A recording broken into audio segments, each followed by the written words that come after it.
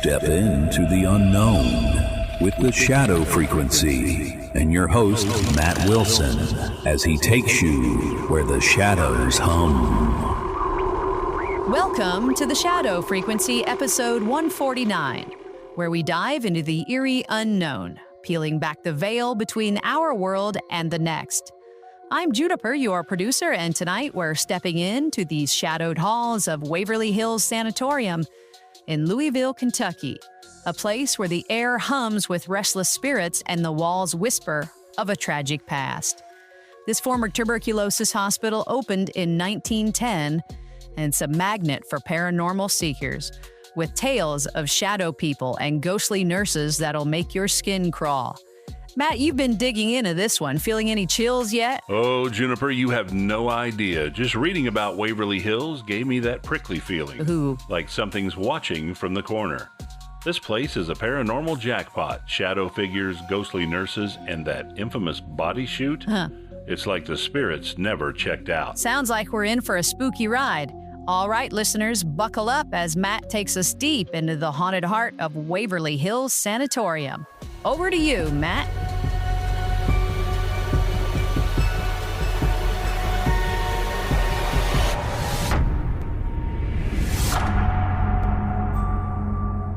Thanks, Juniper. Picture this, Louisville, Kentucky, 1910. The city's choking under the grip of tuberculosis, the White Plague, a disease so ruthless it turned lungs to ruin and claimed countless lives. Enter Waverly Hills Sanatorium, built to house 40 to 50 patients in a quaint two-story structure. But the epidemic was relentless, and by 1926 they expanded into a massive 5-story Tudor Gothic beast that could hold over 400 souls. This wasn't just a hospital, it was a self-contained world with its own farm, post office, and a grim necessity, a 500-foot tunnel called the body chute, used to slip the deceased out quietly so the living wouldn't lose hope. Now, estimates vary wildly. Some say 63,000 died there. Others peg it closer to 8,000. But either way, that's a lot of sorrow soaked into those walls. And it's no surprise that Waverly Hills is now called one of the most haunted places in America. The 4th and 5th floors are where things get really strange. Visitors report shadow people, tall, dark, shapeless figures that dart through hallways or loom in doorways. These aren't your average ghosts. They're described as oppressive, sometimes triggering cold spots or a gut punch of dread.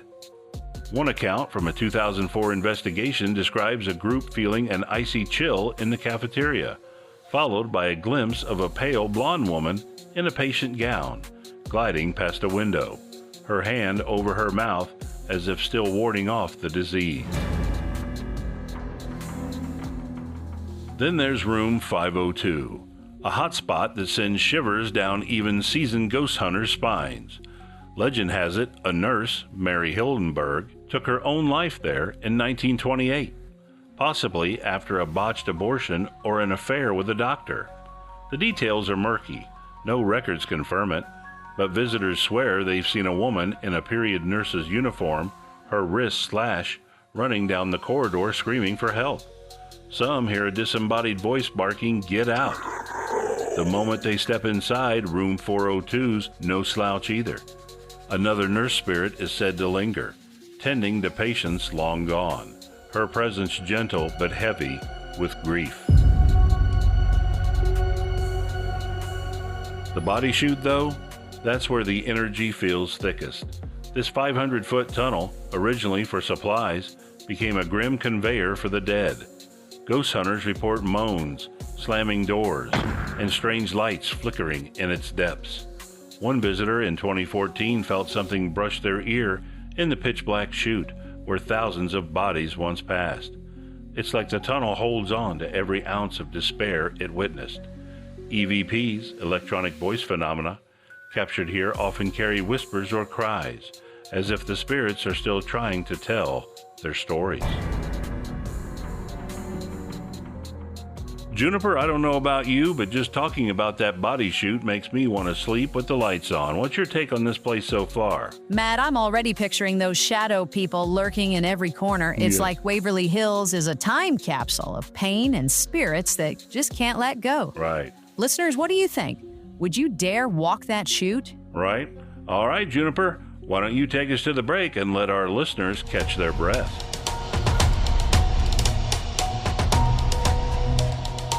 Whoa, listeners, Waverly Hills is giving us all the creepy vibes tonight, isn't it? Those shadow figures and ghostly nurses are enough to make anyone double-check their closet before bed. We're only halfway through, and Matt's got more chilling tales coming up, so stick around. If you're loving the Shadow Frequency, you can like and subscribe on YouTube, TikTok, and Facebook, and, of course, any major podcast directory. And visit our website, shadowfrequencypodcast.com. Catch up on our episodes. You can leave us a voicemail. Tell us where you're listening from. You can also check out our Shadow Blonde, grab some swag, and buy us a coffee if you'd like. Right now, we're going to dive into the mailbag where we share your thoughts and eerie experiences. Stay with me as I hit the button. It's time for the Shadow Frequency mailbag. All right, folks, it's time for the mailbag where we hear from you, our shadowy listeners. Today, we've got a great message from Neville in Minnesota. Neville writes, I absolutely love the Shadow Frequency. Your website is awesome, and the podcast is the perfect companion for my long drives. Their creepy stories keep me hooked, and I'm always waiting for the next episode to drop. Keep up the amazing work. Well, thanks, Neville. We love hearing that. If you want to share your thoughts or spooky encounters, you can drop us a line at shadowpodcast@protogmail.com. All right, Matt, back to you for more Waverly Hills chills.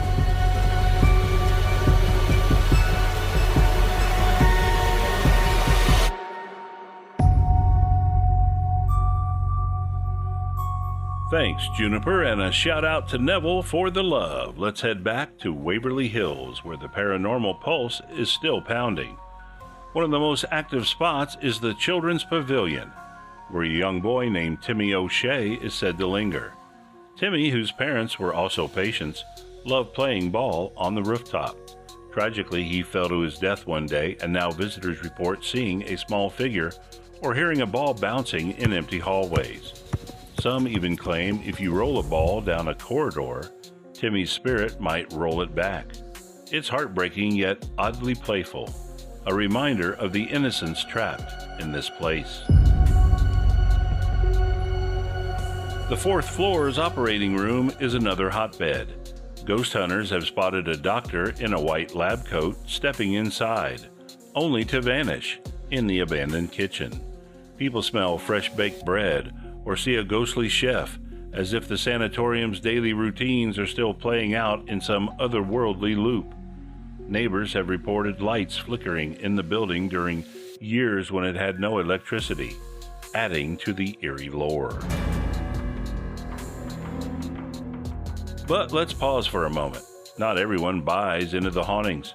Some argue the stories are fueled by overactive imaginations or the power of suggestion. The sanatorium's decay, creaking floors, peeling paint, and dark corridors can trick the mind into seeing or hearing things that aren't there. Combine that with its grim history, and it's easy to see why people might project ghosts onto every shadow. Still, the sheer volume of consistent reports from unrelated visitors makes you wonder if there's more at play.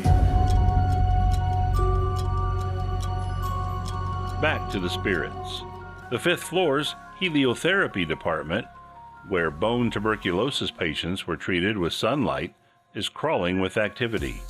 Investigators have caught EVPs of children's laughter or cries, and some feel an unseen hand brush their arm.